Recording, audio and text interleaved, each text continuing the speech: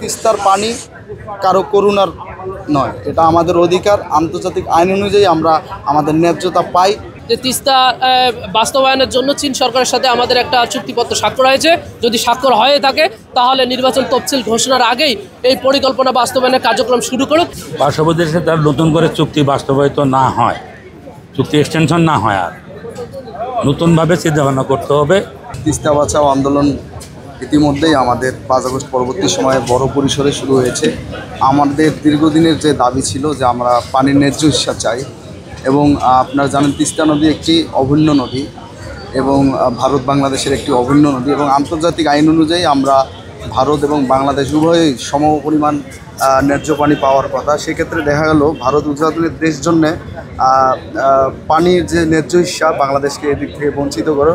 এই জন্য আমাদের তিস্তা অঞ্চলের যারা অববাহিকায় যারা বসবাসরত জনগণ, তাদের বিভিন্ন প্রকার সমস্যার তৈরি হয়েছে। আপনারা জানেন ইতিমধ্যে আমাদের ভূগর্ভস্থ যে পানির লেভেল সেটা নেমে গেছে, এবং বিকল্প উপায়ে যে আমাদের সেচ প্রকল্প সেটাও কিন্তু আমাদের ক্ষতির সম্মুখীন হয়েছে। এবং তারই ধারাবাহিকতা আপনারা দেখেন আমাদের রংপুরের বৃহত্তর রংপুর, বিশেষ করে লালমনিরহাট, নীলফামারী, তারপর রংপুরের গঙ্গাচড়া এরিয়া, কুড়িগ্রামের ওই অঞ্চলের আমাদের যারা আছি তারা একটা নদী বাঁচাও বা তিস্তা বাঁচাও আন্দোলনে সম্পৃক্ত হয়েছি। এবং আমাদের বিশেষ করে এই আন্দোলনের প্রধান পৃষ্ঠপোষক, অন্যতম একজন পৃষ্ঠপোষক জনাব আসাদুল হাবিব বিলু মহোদয়, উনি মোটামুটি সমন্বয় করেছেন, এবং আরও যারা অন্য মতের পথের লোকজন আছেন। যেহেতু আমাদের তিস্তা একটা জাতীয় ইস্যু বা আঞ্চলিক ইস্যু, এই ইস্যুতে সবাই এক এবং ঐক্যবদ্ধভাবে আমরা এই আন্দোলনে নেমেছি।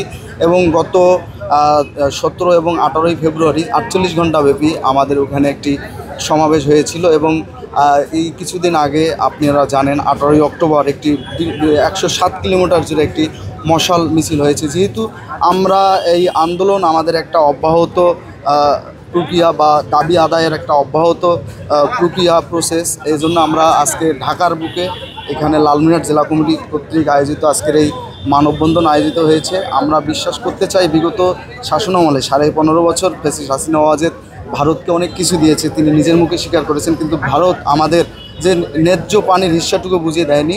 আমরা এখন 5 আগস্ট পরবর্তী সময় যেহেতু একটু পরিবর্তিত প্রেক্ষাপট, আমরা অবশ্যই ভারতের বন্ধুত্ব চাই, কিন্তু ভারতের দাসত্ব আমরা আমাদের বাংলাদেশের জনগণ কখনো মানেনি, মানবে না।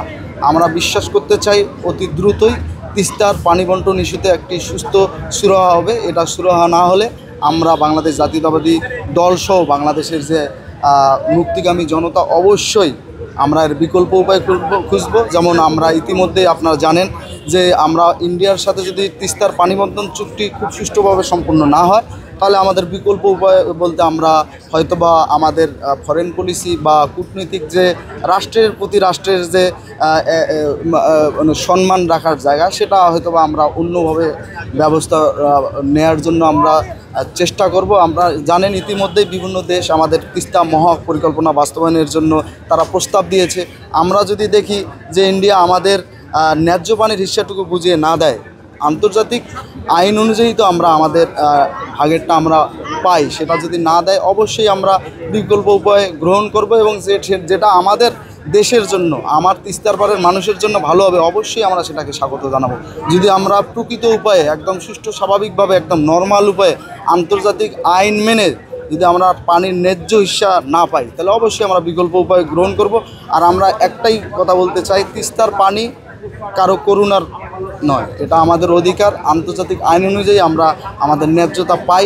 এই জন্যই আমাদের এই গতানুগতিক বা অব্যাহত আমাদের আজকের এই প্রোগ্রাম, এবং এই রকম প্রোগ্রাম যতদিন না পর্যন্ত দাবি আমাদের আদায় হয় ততদিন পর্যন্ত আমাদের এই আন্দোলন অব্যাহত।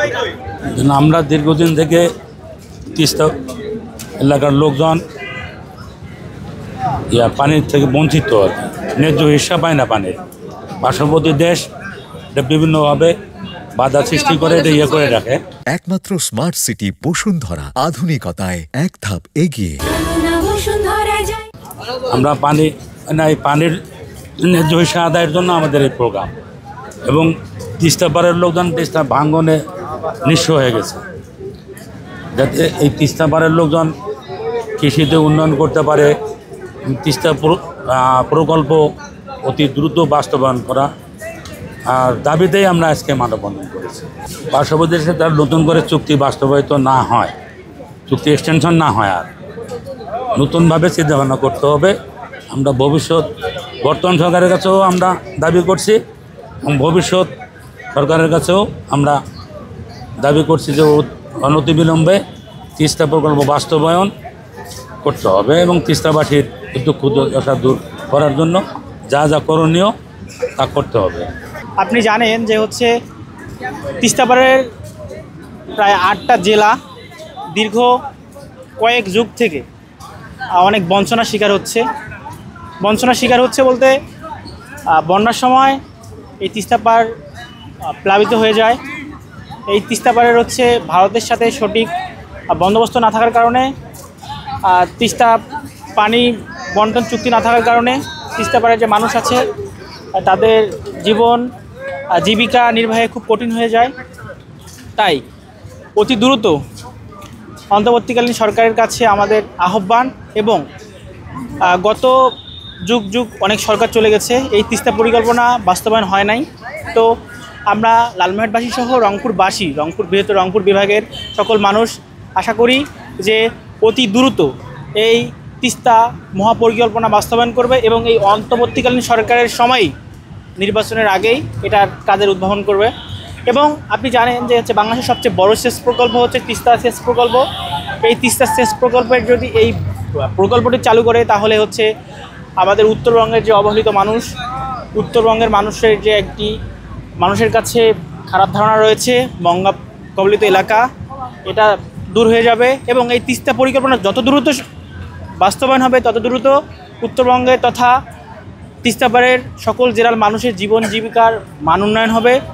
এবং সর্বোপরি এই তিস্তা পরিকল্পিত মানুষের মান উন্নয়নের সাথে সাথে ওই সকল জেলার যতটুকু উন্নয়ন হবে তার থেকে বেশি উন্নয়ন হবে বাংলাদেশ রাষ্ট্রের।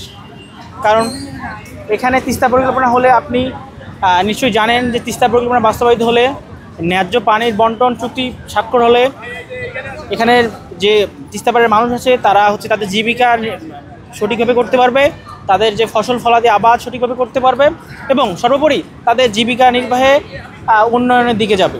তিস্তা নদীর পানি দিয়ে যায়, তামাকের আবাদ হয়, তারপরে ইড়ি ধান আবাদ হয়, এইটা হয় না।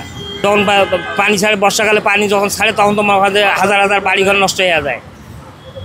এখন পানি নেই, এখন আর ভালো তোলার ঘর পানি দেয় না।